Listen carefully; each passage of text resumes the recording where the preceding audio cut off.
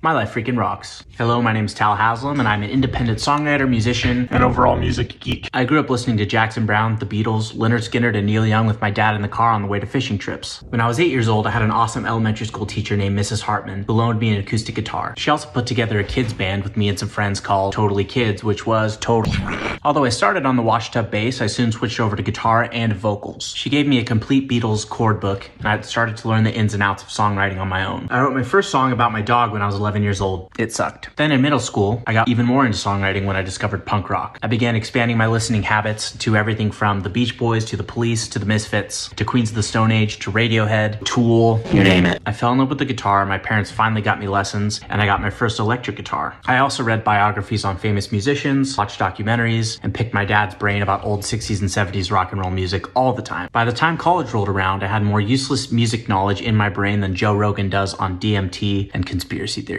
I started a folk band with my brother called Old Man's, named after a Southern California surf spot. I was the main songwriter and sang and played rhythm guitar. That band broke up, and later in 2014, I started my first alternative rock band called Grey Glass with my buddy Nephi Henry. We had lots of lineup changes as bands often do, and since the lead guitarist kept quitting, I decided to double down and learn lead guitar myself. Inspired by Kings of Leon, Radiohead, Queens of the Stone Age, and everything else from my childhood, I began digging deeper and deeper into rock and roll history and technique. From 2014 to 2018, Grey Glass released some bangers. Cheerio girl.